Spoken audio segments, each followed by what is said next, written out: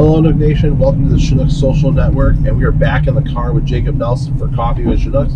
Jacob, welcome back. Thanks for having me again. Last week, you got to learn a lot about Jacob, especially his crush on Betty White, which we found very interesting. But this week, I want to kind of dive into the last 7 or 8 years that you've been with the Chinooks. You've seen it all, just like me, since day one in 2012.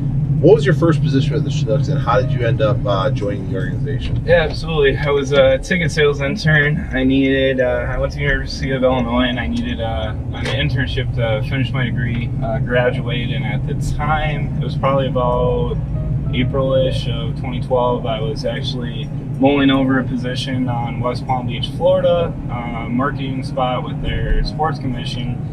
And my dad actually heard one of the radio commercials with Robin Yount promoting a new team. He's like, "Hey, I heard this commercial. There's a new summer baseball team in town, free room and board. What do you think?" I was like, "Sounds like the right price to me." Reached out, got hooked up with Capco's HR, and then had a call with Eric, and that's how I started here. And funny story about Jacob. So I'll be honest, I looked up our interns on Facebook just to get to know them a little better and just kind of put a face to the name. We did a phone interview like you, and I had the wrong Jacob Nelson from the University of Illinois, and Jacob rolled up and he told me he was Jacob Nelson, and I didn't believe him for the first little bit. So I have an interesting little story about Jacob's first day.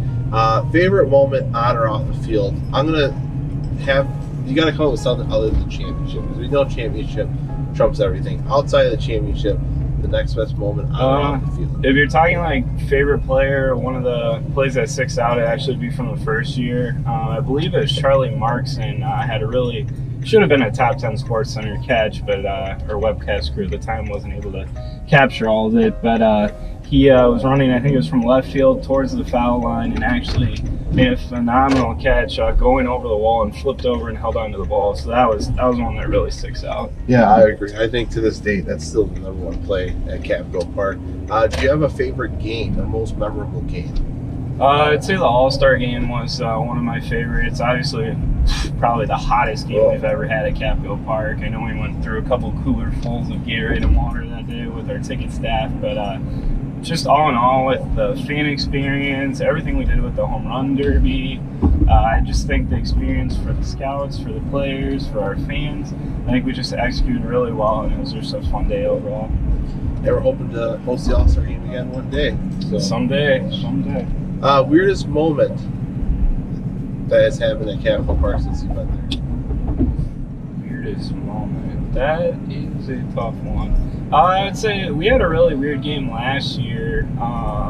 So we were getting hit by a big rainstorm, and the radar just looked awful. There was 2 big cells, and so the umpires and the guy who makes all the weather decisions for the Northwoods League, he's like, "Oh yeah, we're gonna get this game in," and we're all just shrugging our shoulders like coaches, front office, like, how's this gonna happen? So the first cell broke.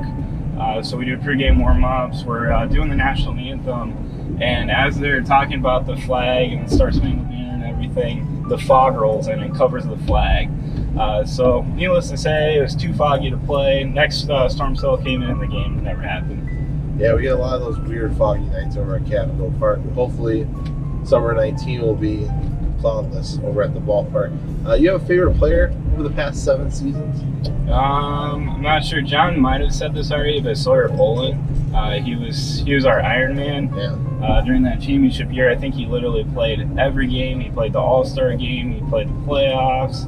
I mean, he just did it all, and he was playing a very demanding position too. So he was one that really sticks out. Out of the guys that have been drafted from the Chinooks, anyone that you think will for sure make the major leagues in the next few years? Oof. I mean, we've got a couple guys in AAA right now. I mean, Bader was the one that really stuck out, and obviously he's playing a really pivotal role for the Cardinals. Yeah. I think we do have some strong talent that keep the eyes out for, but obviously with Anderson and Bader already there, I think those are the 2 that really stuck out in my mind. Do you have a favorite game day promotion or giveaway? If you're talking bobbleheads, I thought the vintage Gill bobblehead we did last year, that was one of the coolest bobbleheads I've ever seen. that our designer killed it, and then the promotions company that produced it, they added some extra touches, and it just came out really well. And just how we tied it all in with the vintage jerseys on the field, the auction, I thought that was a really well executed promotion that we did. If you could produce a bobble out of anyone in Nook Nation, who would you do?